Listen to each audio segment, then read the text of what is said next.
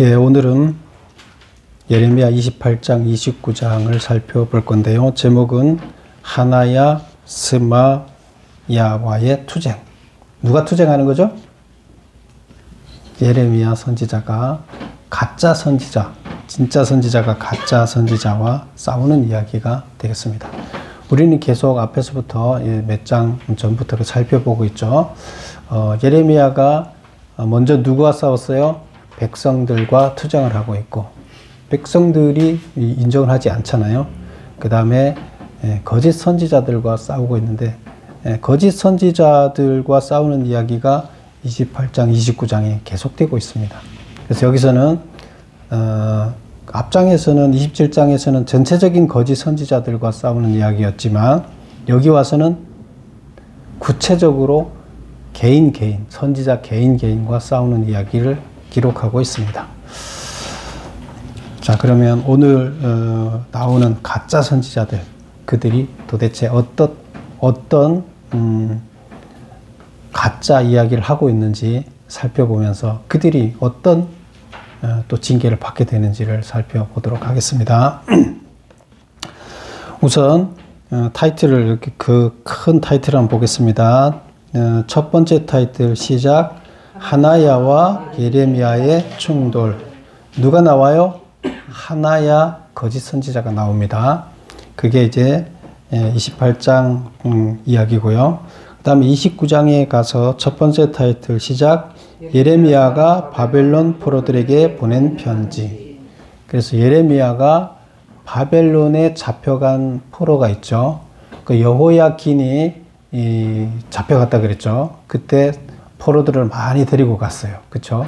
거기가 포로 생활을 지금 하고 있는 중이에요, 벌써. 근데 그때 거기에 편지를 예레미야가 보냅니다. 그리고 거기에도 가짜 선지자가 지금 있어요. 가짜 선지자가 있어요. 자기가 하나님의 메시지를 전한다고 가짜로 전하고 있는 선지자들이 있습니다. 근데 그들에 대해서 얘기를 하는데, 그 이름을 보면 우리가 자주 듣는 아합, 그 다음에 시드기야, 왕들 이름이죠. 그런 이름을 가진 가짜 선지자가 있어요. 그들 이야기도 여기서 나옵니다. 그리고 이제 마지막 단락에 보면 시작.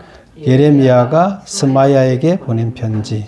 그래서 여기는 이제 스마야라는 또 그 포로지에 스마야라는 선지자가 있는데, 가짜 선지자죠. 그가 또 예레미야를 고발했어요. 그랬더니 예레미야, 하나님께서 스마야에게 특별히 메시지를 줍니다. 그 메시지를 전달하는 이야기입니다. 그래서 여기서 지금 이런 내용들이 다 가짜 선지자와 싸우는 이야기들이 예레미야 자신의 이야기인가요? 아니에요. 내용을 보면 하나님께서 직접 가짜 선지자를 상대를 하고 있어요. 그런데 그 중간 역할을 누가 하고 있는 거예요? 예레미야가 전달하고 있는 거예요. 하나님께서 직접 가짜 선지자한테 메시지를 전하는 겁니다. 그러면 첫 번째, 하나야. 이름이 좀 그렇죠. 하나냐, 둘이냐. 그렇게 하나냐죠. 하나냐. 그렇게 생각하면 이름이 잘 발음이 돼요. 하나냐, 둘이냐. 하나냐. 이름이 하나냐예요. 그래서 이 두 사람이, 예레미야와 하나냐가 서로 충돌 관계에 있다 하는 이야기를 하는데요. 1번 보면 이 둘의 충돌 사건은 언제 어디에서 발생하는가 보면 1절을 보면 이렇게 나옵니다. 28장 1절. 그해 곧 유다왕 시드기야가 다스리기 시작한 지 4년 다섯째 달. 그래서 시드기야 왕이 이스라엘 멸망 연도를 여러분 기억하고 있죠? 586년이죠? 근데 시드기야 왕은 11년을 통치를 했으니까 시드기야가 언제 왕이 된 거예요? 11년 전에 왕이 됐죠. 그러면 586에다 11을 더하면 되겠죠. BC니까 11을 더하면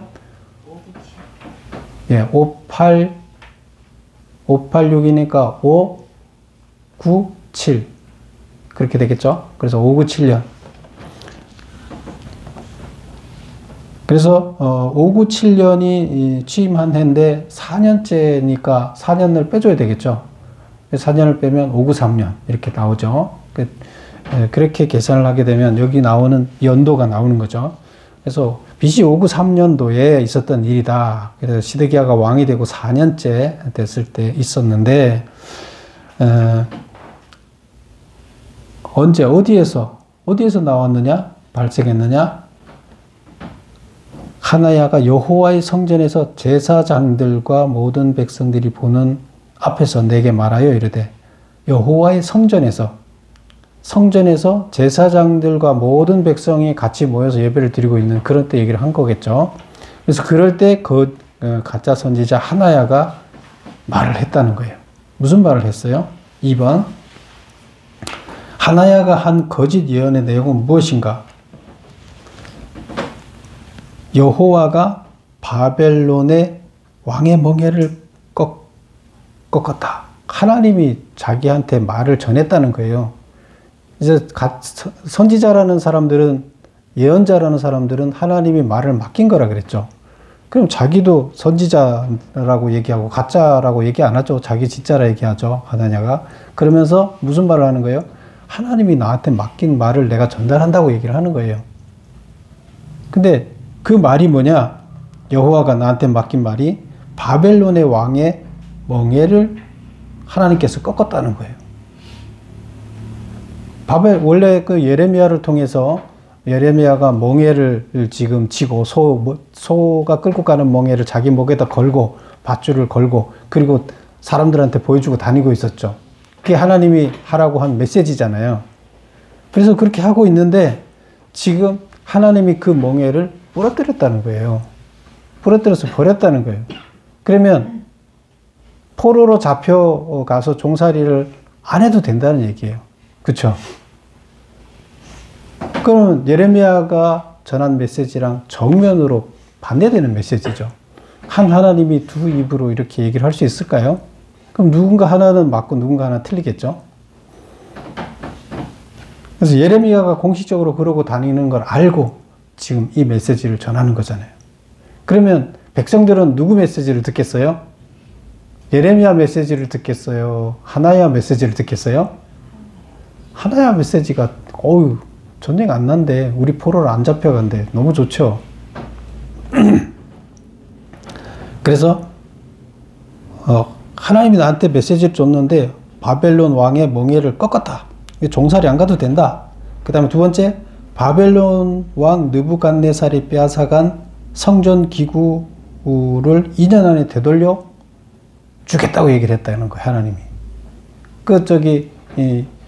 여호야김이 갈 때 지금 다 선물도 다 포로하고 기구를 다 갖고 갔다 그랬잖아요. 뺏어갔다 그랬잖아요. 그 다음에 세 번째, 그 여호야긴의 이름이 여고니아예요. 본명이. 예. 그래서 여호야긴과 바벨론으로 간 유다 모든 포로를 다시 돌아오게 하겠다. 기구도 갖고 오고 포로도 다시 돌아오게 한다. 그럼 이스라엘은 무슨 문제가 있어요? 없어요? 다 해결되고 하나님께서 다 해준다 그랬다는 거예요. 그럼 여러분은 어느 메시지를 듣겠어요? 여러분이 백성이면 어느 걸 듣고 싶겠어요? 근데 이게 진짜 메시지면 좋겠죠. 하나님은 이런 얘기를 한 적이 없어요. 하나님이 이 사람을 선지자로 임명한 적도 없어요. 3번, 이에 대한 예레미야의 대응의 말은 뭐냐? 그럼 이 얘기를 듣고 성전에서 이 얘기를 하는 것을 듣고 예레미야는 무슨 말을 했느냐? 평화를 예언하는 선지자는 그 말이 응한 후에야 그가 여호와께서 보내신 선지자로 인정받게 되리라. 요거 잠깐 전에 몇 절을 보나 하면 8절 한번 볼까요? 다 같이 8절 한번 읽어볼게요. 나와 너 이전의 선지자들이 예로부터 많은 땅들과 큰 나라에 대하여 전쟁과 재앙과 전염병을 예언하였느니라. 그래서 주로 예언자들이 뭘 얘기하나 하면 예언자들이 등장했다는 것 자체가 뭐라 그랬어요? 왜 예언자들이 등장한다고요? 선지자를 왜 세워요? 하나님이 잘못 가고 있기 때문에, 잘못하기 때문에, 이 길이 틀렸다. 그 돌아서라. 그 길이 아니야. 이쪽으로 가. 근데 누가 잘못 갈 때? 하나님의 종들이 그 역사를 이끌어가야 할, 똑바른 방향에 이끌어가야 할 종들이 역사를 엉뚱한 방향으로 갔을 때, 세상 사람들과는 상관없다고 그랬어요. 하나님의 종들, 하나님은 하나님의 종들을 통해서 역사를 이끌어가지 세상 통치자를 통해서 이끌어가지 않습니다. 그래서 하나님의 종들이 세상을 잘못 가면 안 되겠다. 이 종들을 정신 차리게 해야 되겠다 하고 선지자를 보내서 메시지를 전하는 거예요. 그러면 그 전하는 메시지를 전할 때마다 좋은 소리를 전할까요? 나쁜 소리를 전할까요? 혼내러 오는 거예요. 잘못 간다고. 그러면 재앙, 그쵸? 징계, 심판의 이야기가 주어집니다. 선지자를 통해서. 야, 모든 게 좋아. 너 잘하고 있어. 잘 될 거야. 이렇게 메시지를 전하는 적이 없어요. 선지자를 통해서.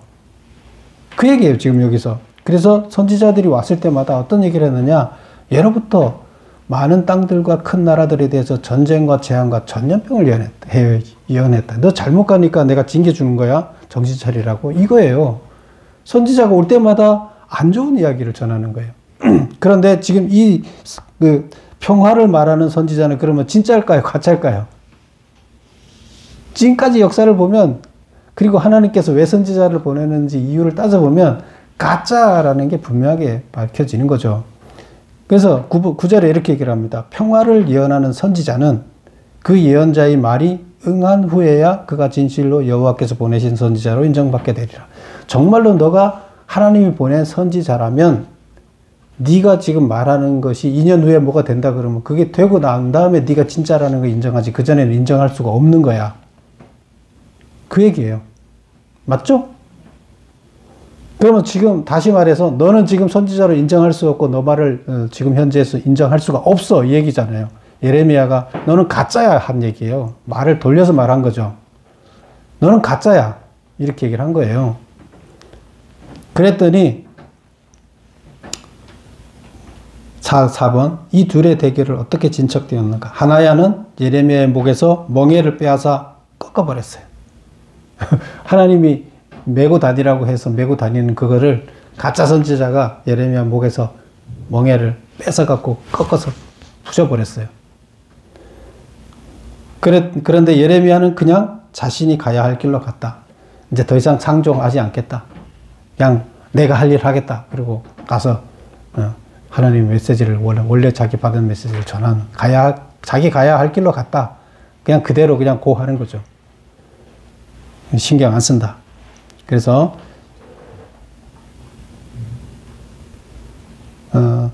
11절 보면 모든 백성 앞에서 하냐야가 말하여 이르되 여호와께서 이와 같이 말씀하시니라. 내가 2년 안에 모든 민족의 목에서 바벨론의 왕 느부갓네살의 멍에를 이와 같이 꺾어버리리라 하셨느니라 하며 선지자 예레미야가 자기의 길을 가니라. 그래서 서로 이제 완전히 같은 그 성전에서 지금 제사장들과 백성들이 예배를 하고 있는 상황에서 지금 그 메시지를 가짜 선지자가 먼저 메시지를 예레미야 메시지가 가짜다 하고 자기 메시지를 전하는 거죠. 그랬더니 예레미야가 너가 가짜다 얘기를 하니까 꺾어버리고 멍에를 꺾어버리고 각자 흩어져 간 그런 이야기가 되겠습니다. 자, 이렇게 끝난 게 아니에요. 그 다음에 보면 5번 이후 여호와가 예레미야를 통해 하나님께 하나냐에게 전한 말은 뭐냐? 하나님이 하나냐에게 이제 메시지를 전한 거예요. 가짜 선지자한테 1. 내가 꺾은 나무 멍에 대신 쇠 멍에를 만들어 모든 나라의 목에 메워 바벨론의 왕 느부갓네살을 섬기게 하겠다. 네가 나무로 만든 그걸 꺾어? 그래? 그럼 나는 지금 쇠로 만든 멍에를 해서 너네들한테 지우겠다. 하나님이 이런 메시지를 전합니다. 그 다음에 두 번째 메시지는 거짓 예언으로 여호와께 패역한 말을 하였은즉 네가 금년에 죽으리라. 이거 놀라운 얘기죠. 하나님께서는 즉흥적으로 누구를 잘 죽이거나 뭘 하지 않아요. 그런데 하나님의 메시지에 정면으로 대응하는 자, 하나님의 메시지를 가짜로 하나님 메시지 행세를 하는 자들에 대해서는 이거는 심각한 피해가 우려되잖아요. 방향을 완전히 잘못 가잖아요. 이런 거에 대해서는 하나님께서 그냥 두지 않는다는 겁니다. 가장 나쁘게 생각하는 거예요. 그래서 여기서 보면 거짓 예언으로 여호와께 패역한 말을 하였은즉 내가 금년에 죽으리라. 근데 실제로 그의 7월에 사망했다는 거예요. 그 5월 달에 지금 이 메시지가 있었고 2달 만에 죽은 거죠. 그럼 누구 말이 맞는 거예요? 백성들이 이제 깨달아야 될 때가 된 거죠. 그래서 이게 하나냐가 거짓으로, 하나냐가 왜 이런 말을 했을까요? 왜 거짓 예언을 했을까요? 그 백성들의 인기를 얻기 위해서? 인기를 얻어서 뭐 할 건데요? 하나님을 팔아서 백성들이 인기를 얻으면 하나님한테 이렇게 징계를 받게 되는데 그게 뭐가 중요할까요? 근데 우리들 많은 사람들이 하나냐처럼 하나님은 보이지 않고 하나님의 징계는 보이지 않고 당장 내가 세상에서 얻을 수 있는 뭐 하나냐가 어쩌면 그 유명한 선지자로 사람들한테 인정받고 존중받을 수 있을 수도 있고요. 사람들한테 주목받는 종교 지도자가 될 수도 있고요. 큰 교회로 갈 수도 있고요. 뭐 여러 가지 이익이 있겠죠. 뭔가 하여튼 뭔가가 있으니까 거짓말을 하겠죠. 하나님 무서운 줄을 모르는 거죠. 그 다음에 이제 29장으로 넘어가면 이제 하나야는 이렇게 해서 죽었어요. 또 29장에 가서 이제 예레미야가 6번에 보면 예레미야는 어떤 포로들에게 어떤 방편으로 편지를 보냈는가. 포로들한테 편지를 보냈는데 여호야긴과 함께 잡혀간 포로들에게 시드기야 왕이 바벨론에 파송한 사신편으로 편지를 보냈다는 거예요. 그래서 시드기야가 지금 마지막 왕이 됐는데 시드기야는 바벨론을 싫어하기는 하지만 바벨론한테 꼼짝 못하죠. 바벨론 왕 느부갓네살이 시키는 대로 하는 거예요. 그런데 지금 잘 보여야 돼서 사신을 보냈는지 아니면 사신을 보내라 해서 보냈는지는 모르겠지만 사신을 보낸 거예요. 글로. 그 2명의 사신을 보냅니다. 2명의 사신을 보내는데 그때 예레미야가 거기다가 편지를 써서 백성들에게 메시지를 전하게 합니다. 근데 이 메시지는 예레미야 메시지예요? 하나님이 포로들한테 전하라고 한 메시지예요. 근데 그것을 이 사신을 통해서 왕은 모르겠죠. 사신한테 주면서 이거 가서 좀 그쪽에 있는 포로로 가 있는 사람들 중에 그 장로나 누구한테 갖다 좀 전달해라. 이렇게 얘기를 했겠죠. 그렇게 해서 전했다고 나옵니다. 한번 볼까요? 29장 1절을 볼까요? 선지자 예레미야가 예루살렘에서 이 같은 편지를 느부갓네살이 예루살렘에서 바벨론을 끌고 간 포로 중 남아있는 장로들과 제사장들과 선지자들과 모든 백성에게 보냈는데, 그래서 그들한테 이제 편지를 보냈다. 그때는 여고니아 왕과 왕후와 궁중 내시들과 유다와 예루살렘의 고관들과 기능공과 토공들이 예루살렘에서 떠난 후라. 이 포로로 잡혀간 사람들 얘기하는 거죠. 이들이 포로로 잡혀간 후라. 유다의 왕 시드기야가 바벨론으로 보내어 바벨론의 왕 느부갓네살에게 가게 한 사반의 아들 엘리사와 힐기야의 아들 그마랴 편으로 말하되. 그래서 이 두 사람을 사신을 보냈는데 힐기야, 엘리사와 그 다음에 그마랴 두 사람을 보냈는데 그 편으로 이제 편지를 보냈다는 거죠. 자, 그러면 4번, 6번 다음에 번호가 잘못 갔네요. 7번인데 4번으로 써놨죠. 편지를 통해 전달한 여호와의 말씀의 내용은 무엇인가? 그럼 편지를 통해서 뭘 전달했느냐? 자, 쭉 읽어볼게요. 메모해놓은 거 쭉 읽어볼게요. 집을 짓고 거기서 살며 텃밭을 만들고 그 열매를 먹으라. 포로로 잡혀갔는데 포로들은 무슨 생각을 하고 있을까요? 거기서 정착해서 살 생각을 할까요? 빨리 집으로 어떻게 하든 도망쳐서 오든 돌아올 생각을 할까요? 돌아올 생각. 내가 여기 종살이 여기 할 이유가 없잖아요. 싫죠. 그러니까 어떻게 하든 자유롭게 살기 위해서 돌아가고 싶어 하는데, 그런데 메시지를 뭐라고 했잖아요. 야, 거기서 정착해 살아. 이거예요. 왜? 기간이 70년이나 되잖아요. 그런데 그러면 이 사람들은 지금 거기서 죽는다는 거예요? 산다는 거예요? 다시 이스라엘에 돌아올 사람들이 아니에요. 대부분은 죽을 사람들이에요. 자녀들이 돌아올 사람들이지. 그러니까 너는 거기서 인생 종쳐야 되는데 그냥 불행하게 살지 말고 그냥 정착해서 살아. 마음 편하게 살아. 집을 짓고 살며 텃밥도 가꾸고 그러면서 그 열매를 먹으라. 거기서 결혼하고 자녀를 낳고 번성하고 줄어들지 아니하게 하라. 그래서 너 혼자 그 인생 종치지 말고 자녀도 낳고 결혼도 하고 그렇게 해서 이 지금 하나님의 자녀들이 더 늘어나게끔 해야 된다. 번식해라. 거하는 성읍의 평안을 구하고 그를 위하여 여호와께 기도하라. 네가 지금 그 너를 잡아가서 너를 일시키고 노예 생활을 시키는 그 성읍을 위해서 기도하라는 거예요. 잘 되게끔. 그런 생각이 들겠어요?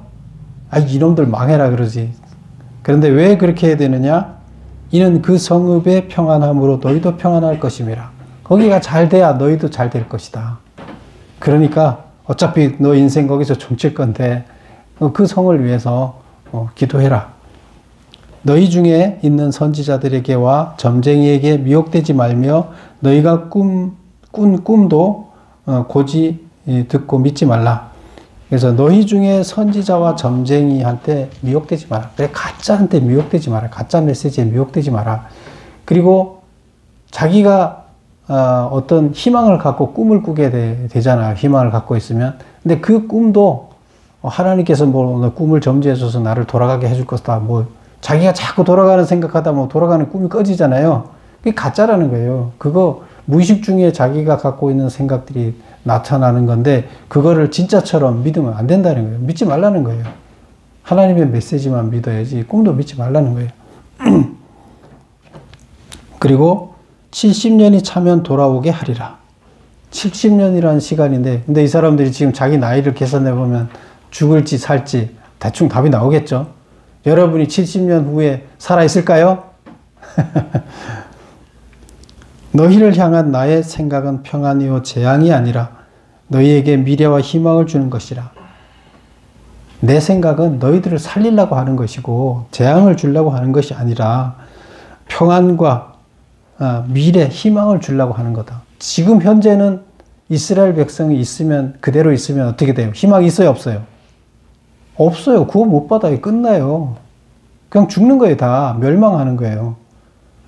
그런데 이 용광로 속에 들어가서 희망을 지금 싹 트는 거예요. 지금 희망을 캐고 있는 거예요. 여기 가서.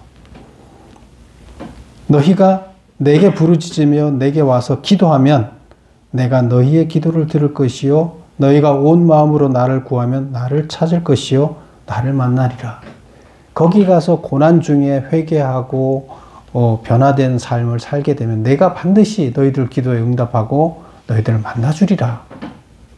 자기의 죄가를 달게 받으면서 변화되는 삶이 있을 때 하나님께서는 만나준다는 얘기예요. 그래서 이런 메시지를 적어서 보냅니다. 이게 누구 메시지라고요? 예레미야 메시지예요? 하나님이 주는 메시지예요. 포로 생활하는 사람들한테 위로와 희망의 메시지를 주는 거예요, 이게. 5번 보겠습니다. 바벨론에서 거짓 선지자들이 빠른 시일 내에 고국으로 돌아갈 것이라고 주장하는 것에 대하여 포로들에게 어떤 대답을 주었는가? 자, 어디를 보나요? 29장, 지금까지 한 게 14절까지 이야기고요. 15절부터 이제 나오는 얘기가, 15절부터 23절까지 나오는 얘기가 지금 문제인데요. 바벨론에서 거짓 예언자들이 빠른 시일 내에 고국으로 돌아갈 것이라고 이제 주장을 하는 거예요. 그 바벨론에도 거짓 선지자들이 있는 거예요. 근데 그 선지자들이 계속 호황된 꿈을 심어주고 있어요. 그러면 이들이 자기의 짐을, 자기의 죄값을 달게 받을까요? 성실하게 종살이를 해낼까요? 정착하려고 할 생각이 있을까요? 없어요. 대충 어떻게 시간만 때우고 세월만 가기를 바라고 있는데 그렇게 하지 말라는 이제 메시지를 전하는 거잖아요. 근데 지금 가짜 선지자들은 그렇게 얘기를 하고 있어요. 그래서 이런 대답을 줍니다. 15절 한번 볼까요? 너희가 말하기를 여호와께서 우리를 위하여 바벨론에서 선지자를 일으키셨느니라. 그래서 가짜 선지자들을 통해서 그 노예들이 지금 무슨 생각을 하고 무슨 말을 하냐 하면 여호와께서 우리를 위하여 바벨론에 선지자를 세웠는데 우리를 빨리 돌아가게 해줄 것이라고 얘기를 했다. 이런 얘기를 하는 거예요. 그래서 예레미야가 거기에 대해서 무슨 답을 하느냐. 16절 볼까요? 다윗의 왕자에 앉은 왕과 이 성에서 사는 모든 백성 곧 너희와 함께 포로되어 가지 아니한 너희 형제에게 여호와께서 이와 같이 말씀하셨느니라 하면서 17절에 보면 기근과 전염병을 그들에게 보내어 그들에게 상하여 먹을 수 없는 몹쓸 무화과 같게 하겠다. 이게 뭐예요? 예루살렘 땅에 있는 사람들을 어떻게 하겠다는 거예요? 그냥 두지 않고 그들도 다 포로로 잡혀가게 하겠다는 거예요. 내가 칼과 기근과 전염병으로 그들을 뒤따르게 하며 그들을 세계 여러 나라에 흩어 학대를 당하게 할 것이며 내가 그들을 쫓아낸 나라들 가운데서 저주와 경악과 조소와 수모의 대상이 되게 하리라. 지금 너희들은 포로로 잡혀가서 지금 바벨론에 있잖아요. 그런데 예루살렘에 남아있는 사람들도 다 그냥 두지 않고 기근이 있든 아니면 포로로 잡혀가든 그냥 두지 않겠다는 거예요. 그냥 평안하게 살지 않고 그들도 다 여러분과 똑같은 상황에 처하게 하겠다는 얘기예요. 그러면 돌아가야 돼요? 말아야 돼요? 돌아가는 게 의미가 있어요? 없어요? 없어요. 그러니까 가짜 선지자들 얘기 듣지 말라는 거예요. 지금 하나님께서는 어떤 방식으로든 이스라엘 백성을 살리기 위해서는 그대로 두면 안 되기 때문에 지금 용광로에 다 집어넣어야 돼요. 살리기 위해서. 다 집어넣을 거라는 얘기예요. 누구는 너만 집어넣고 나머지 안 집어넣는 게 아니라는 거예요. 남아있는 사람도 지금 순서대로 다 집어넣을 거라는 거예요. 그러면 결국에 용광로에서 새로운 사람에 대해서 태어나는 것밖에 그 방법밖에 없는 거예요. 근데 돌아간다고 해서 돌아가서 다시 잡혀올 거예요? 그러니까 가짜 선지자들이 그렇게 얘기하는데 하나님은 생각이 틀리다는 거예요. 다 용광로로 집어넣을 것이기 때문에 포로로 다 내보낼 것이고 다 전쟁으로 죽이거나 할 것이라는 거예요. 징계를 가할 거라는 거예요. 왜? 살리기 위해서. 그래서 메모를 보겠습니다. 내 말을 듣지 않았기에 예루살렘에 남아있는 자들을 모두 쫓아낼 것이다. 용광로에 다 집어넣을 것이다. 당분간 돌아갈 생각을 하지 마라. 가짜 선지자들이 말하는 거 듣지 말으라는 거예요.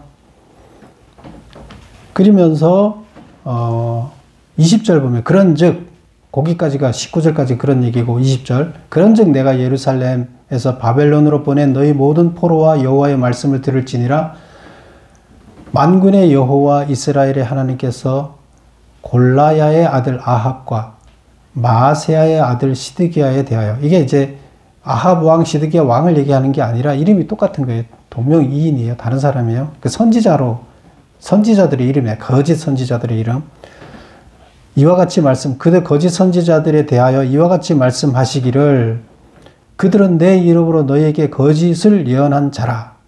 보라, 내가 그들을 바벨론의 왕 느부갓네살의 손에 넘기리니 그가 너희 눈앞에서 그들을 죽일 것이다.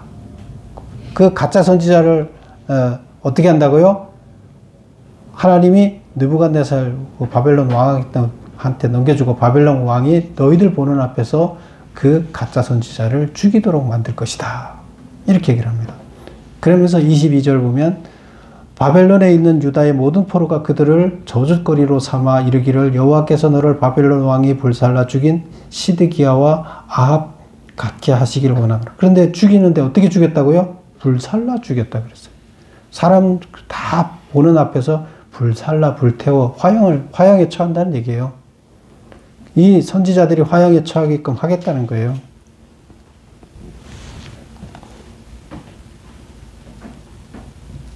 그리고 또 제목이 있습니다. 이 가짜 선지자들이 어떻게 살았느냐. 23절. 이는 그들이 이스라엘 중에서 어리석게 행하여 이웃의 아내와 간음하며 내가 그들에게 명령하지 아니한 거짓을 내 이름으로 말함이라. 나는 알고 있는 자로서 증인이라. 하나님은 다 아는 증인이라는 거예요. 그들은 모르지만, 사람들은 모르지만 그들이, 세상 사람들이 모르는 이웃과 이웃 아내를 간음했다. 그 죄까지 진 놈들이다. 이놈들이 아주 나쁜 놈들이다. 이렇게 얘기를 하고 있습니다. 하나님이. 그래서 5번에 그 2번 가로 2번 거짓 선지자 아합과 시드기야를 바벨론의 왕의 손에 넘기리니 그가 너희 눈앞에서 그들을 죽일 것이라. 그래서 가짜 예언자들을 죽이겠다는 메시지를 전합니다. 그러니까 가짜 예언자의 명령 따르라 말으라? 따르지 마라. 그리고 용광로에서 제대로 지금 살아내서 회개하고 그 정금으로 나와라. 그 얘기를 하는 겁니다. 저 마지막 보겠습니다. 마지막 단락은 24절에서부터 이제 끝에까지인데 여기는 스마야. 스마야, 가짜 선지자 이름이 스마야예요.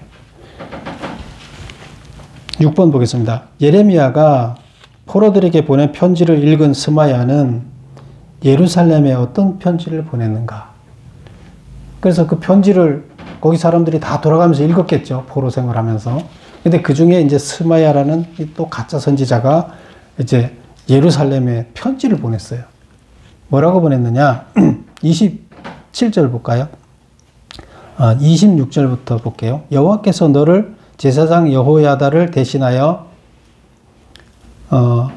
제사장을 삼아 여호와의 성전 감독자로 세우심은 모든 미친 자와 선지자 노릇을 하는 자들을 목에 씌우는 나무 고랑과 목에 씌우는 새 고랑을 채우게 하심이언을 이제 내가 어찌하여 너희 중에서 선지자 노릇을 하는 아나돗 사람 예레미야를 책망하지 아니하느냐. 스마야가 편지를 보냈는데 예루살렘으로 편지를 보냈는데 누구 앞으로 보냈나 하면 예루살렘의 대제사장 앞으로 보냈어요. 이때 대제사장이 스바냐예요.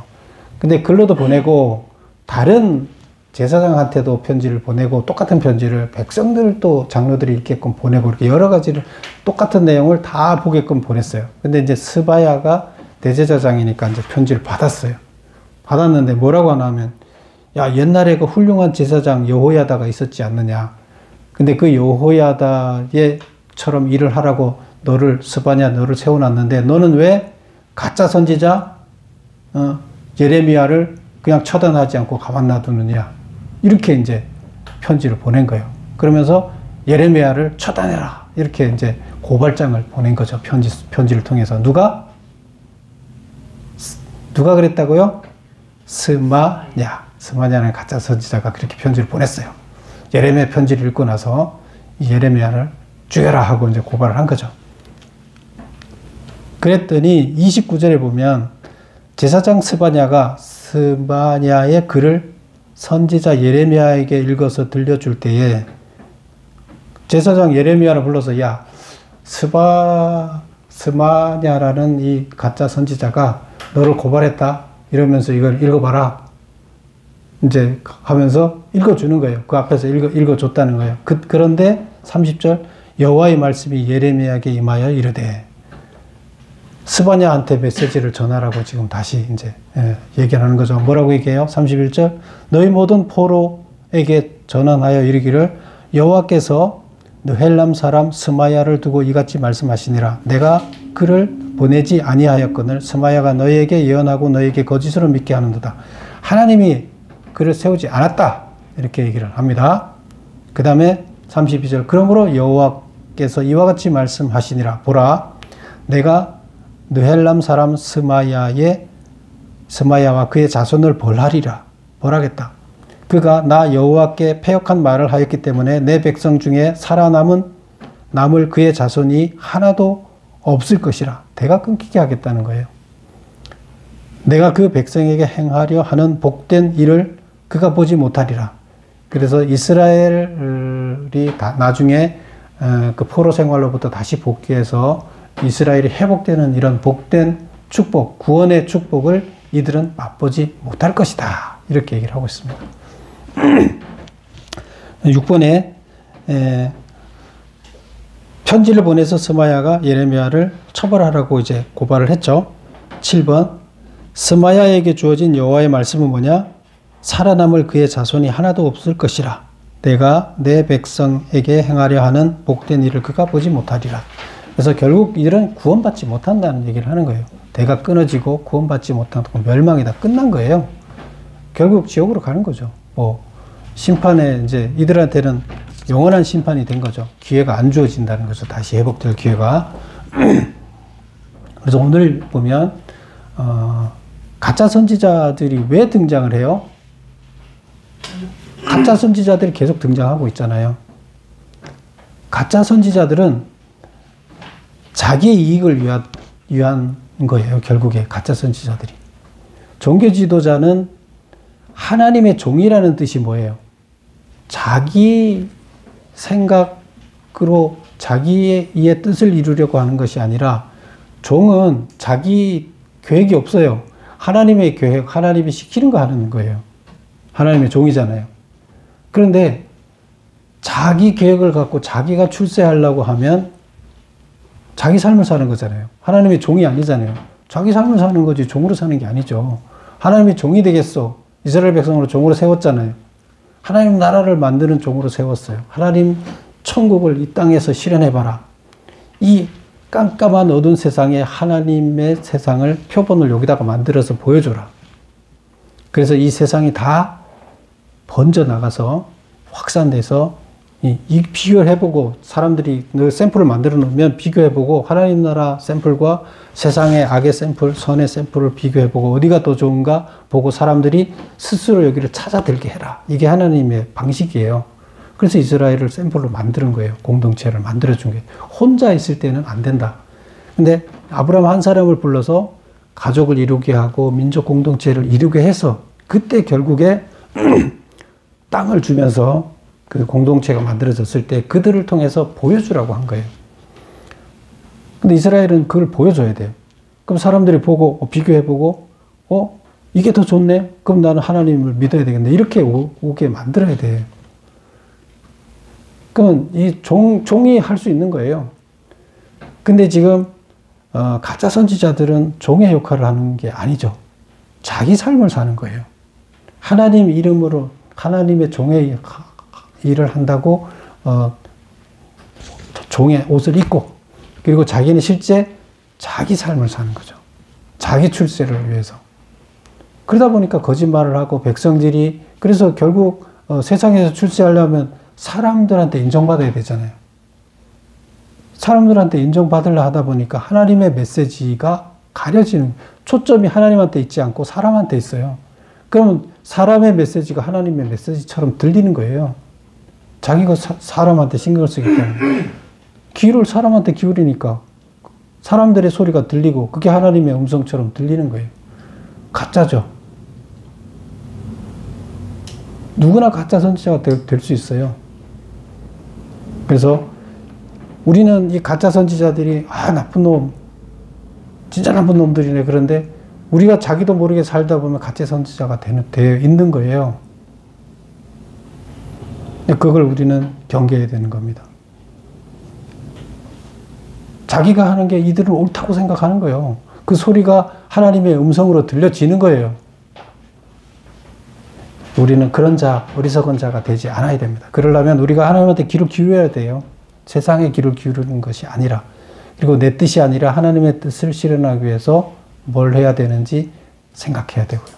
그랬을 때 하나님의 음성이 아주 미세한 음성으로 우리한테 우리 가슴 속에 울림으로 다가오고 그 메시지를 우리가 이해하고 세상에 전달해야 되는 겁니다. 모두 여러분들 거짓 선지자는 망합니다. 구원이 없습니다. 하나님께서는 용서하지 않습니다. 그들을. 그런 자들이 되지 않고 참 선지자의 역할을 감당하는 참 종이 되는 여러분 되시기를 축원합니다. 기도하겠습니다.